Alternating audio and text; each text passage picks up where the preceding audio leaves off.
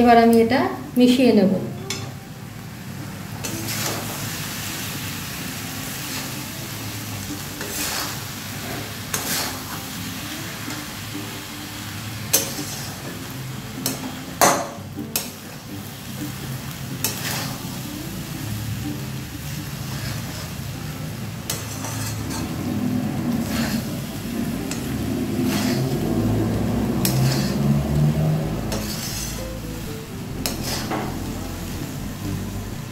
নমস্কার, আসান কুক টুরে আপনাদের স্বাগত। এখন আমি পনিরের তো অনেক রকমভাবেই তরকারি করে খাওয়া হয়েছে বা খাওয়া যায়, তো আজকে একটু পনির দিয়ে তরকারি নয় ভাত করে খাবো। এখন আমি এটা আমার 200 গ্রামের গ্লাস, 1 গ্লাস বাসমতি চাল নিয়ে নিয়েছি। এবার এটা আমি ভিজিয়ে রাখবো। ঢেলে দিলাম, এতে জলে ভিজিয়ে রেখেছি, পরে আমি ধুয়ে নেব। ভিজিয়ে রাখার কারণ হচ্ছে এগুলো কিন্তু লম্বা হবে, বাড়বে, তারপরে আমি দেখাচ্ছি। এবার একটু ধুয়ে নিচ্ছি এগুলো।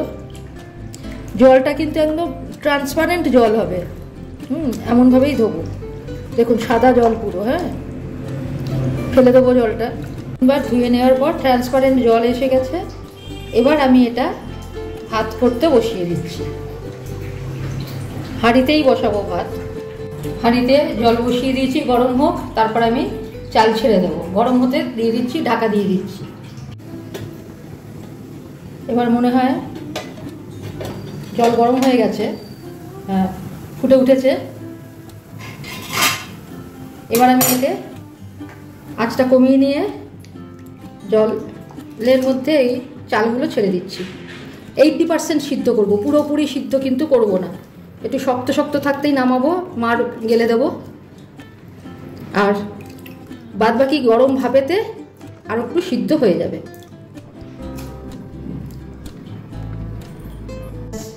ছেড়ে দিলাম। এবার আবার আমি ঢাকাটা দিয়ে দিচ্ছি, পরে ফিরে আসছি। ব্যাস, আমার কিন্তু এটা হয়ে গেছে। 5 মিনিট মতো ফুটলো। এটা সাইজগুলো একটু বড় হয়ে গেছে। এবার কিন্তু যদি আমি মার গেলে দিই, তাহলে কিন্তু গরম ভাপেতে সে আরও বড় হয়ে যাবে, ঠিক আছে? আমার ভাতের মার ঝরানো হয়ে গেছে। এবার এটা আমি একটু ঠান্ডা করতে দেবো, ঝরঝরে কীরকম দেখুন, ঠিক আছে? একটু ঠান্ডা হোক। ভাতটাও যে হয়ে গেছে দেখুন, 80% হয়েছে, ঠিক আছে? একটু চাপ দিয়ে ভাঙলাম আমি, এভাবে থাকবে, একটু ঠান্ডা করব। এবার এতে দিচ্ছি আমি, আমার ভাত তো হয়ে গেছে, ভাত হয়ে গেছে, মার ঝরানো হয়ে গেছে। এবার এতে আমি আন্দাজ মতো একটু রিফাইন্ড অয়েল দিয়ে দিলাম, আজ বাড়িয়ে দিলাম। গরম হয়ে গেছে। একটু নুন,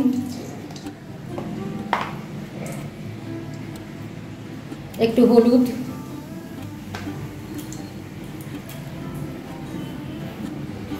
সামান্য একটু রসুন বাটা,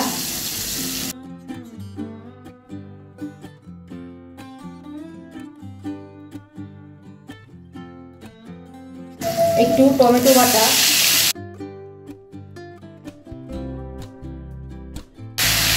একটু আদা বাটা, একটু পেঁয়াজ বাটা,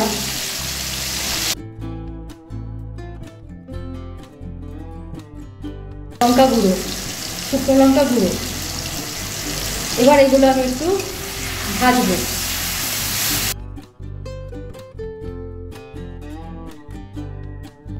ভাজা হয়ে গেছে, তেলও ছেড়ে এসছে।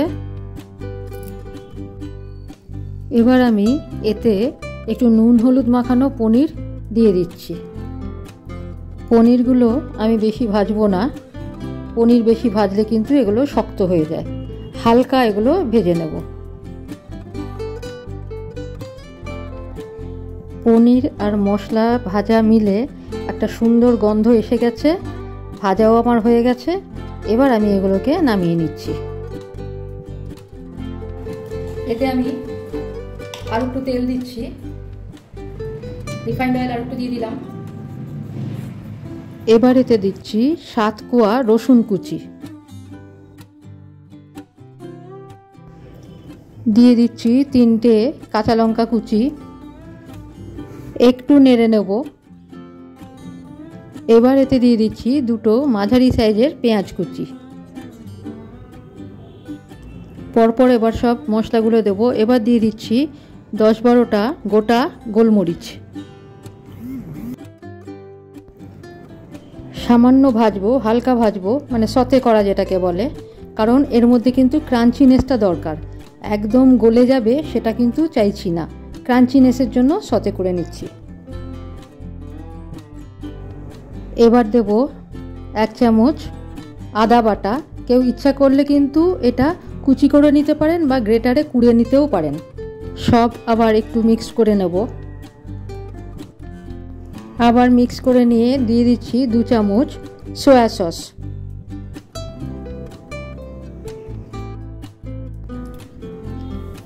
এবার এতে দিয়ে দিচ্ছি আন্দাজ মতো নুন।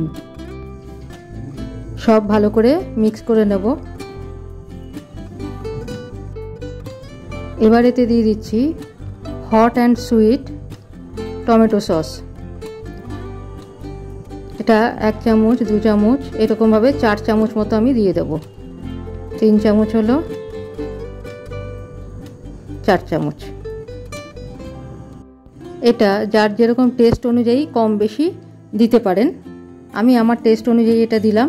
আর চালের ব্যাপারটাও একটা আছে, চাল যতটা পরিমাণ হবে সেই অনুযায়ী এটা দিতে হবে। একটু ট্যাঙ্গিনেস টেস্ট আসবে এতে। এবার এতে ভাতটা মিশিয়ে দেব। ভাতটা দেওয়ার সময় কিন্তু আঁচটা একদম কমিয়ে দিতে হবে যাতে পুড়ে না লাগে। আর ঝরঝরে ভাত একদম আমি ঠান্ডা করে নিয়েছি। এই অবস্থায় ভাতটা মিশিয়ে দিচ্ছি। এবার ভাতটাকে কিন্তু মশলার সাথে ভালো করে মিশিয়ে নিতে হবে। নিচ থেকে মশলাগুলোকে তুলে উপরে দিতে হবে, ভাতও তার সাথে মেশাতে হবে। পুরো ভাতের গায়ে যেন মশলা লেগে যায়, তবেই এর টেস্ট আসবে। আর ভাতটা মেশানো হয়ে গেল সাথে সাথে নামিয়ে দিলাম সেটা বললেও কিন্তু হবে না, কারণ ভাতটাকেও একটু ভাজা টেস্ট আসতে হবে, ভাতেরও একটা ভাজা গন্ধ আসবে। সেই রকমভাবে এটা স্লো ফ্লেমেই কিন্তু এটা নেড়ে যেতে হবে যতক্ষণ না এটা ঠিকঠাক মতো মশলা লেগে যাচ্ছে সবার গায়ে আর ভাতটাও ঠিক মতো ভাজা ভাজা হচ্ছে। একদম সাইড দিয়েই হালকা হাতে কিন্তু এটা নাড়তে হবে। খুব জোরে জোরে নেড়ে দিলাম সেটা করলে হবে না, হালকা হাতে ঘুরিয়ে ঘুরিয়ে নাড়বেন। যেখানে দেখবেন ভাতের মধ্যে লাগেনি মশলাটা সেখানে কিন্তু লাগাতে হবে। যেহেতু সয়া সসটা একটু জল আছে আর টমেটো সসেও একটু জল আছে, সেই জন্য জলটাকে কিন্তু একটু শুকোতে দিতে হবে। আর যত এটা জলটা এরকম আমি এখন লো ফ্লেমেই রেখেছি, যত জলটা শুকোবে তত কিন্তু ভাতের সাইজটা আরও বাড়বে। এটা আমি নতুনদের উদ্দেশ্যে বলছি, ধীরে ধীরে এরকম ঘেটে দিতে হবে, একদম খুব স্পিডে ঘাটবেন না। সাইড থেকে নিয়ে নিয়ে যতটা পারবেন ওলট পালট করে দেবেন। নিচেরগুলো উপরে, উপরেরগুলো নিচে, এরকমভাবে দিয়ে জলটাকে শুকোতে হবে, সসের জল শুকোতে হবে। আর যত এরকম ভাবছি দেখুন সাইজ কিন্তু ভাতের সাইজ বড় হচ্ছে।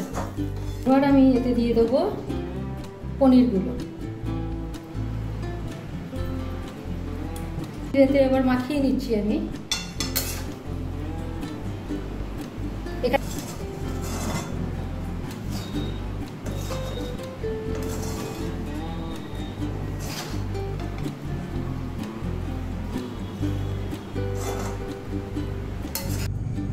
এবার এতে দিয়ে দিচ্ছি গোলমরিচ গুঁড়ো 1 টিস্পুন বা 1 চামচ মতো গোলমরিচ গুঁড়ো। আগে দিয়েছিলাম গোটা গোলমরিচ, এখন কিন্তু দিয়ে দিচ্ছি গোলমরিচ গুঁড়ো।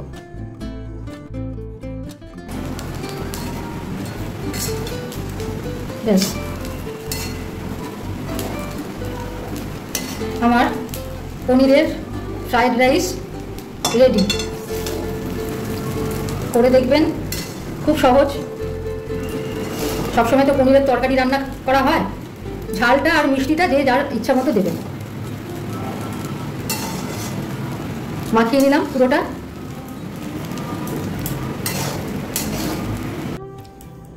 আমার রাইস রেডি। এবার আমি গ্যাস অফ করে দিচ্ছি। আমার পনির রাইস তার সাথে raita with raita ready to serve. আজকের মতো এখানে রাখছি। দেখুন, করে দেখবেন। রায়তাতে কিন্তু আমি দিয়েছি দই, তার সাথে শসা কুচি গ্রেটারে গ্রেট করে নিয়েছি, পেঁয়াজ কুচি, লঙ্কা কুচি, আর আপনার গোলমরিচ গুঁড়ো, আর নুন, বিট নুন দিয়েছি, সাধারণ নুন দিইনি, বিট নুন আর চিনি গুঁড়ো, এইগুলো দিয়ে আমি রায়তাটা বানিয়েছি। আজকের মতো এখানে রাখছি। ভালো থাকবেন, ধন্যবাদ।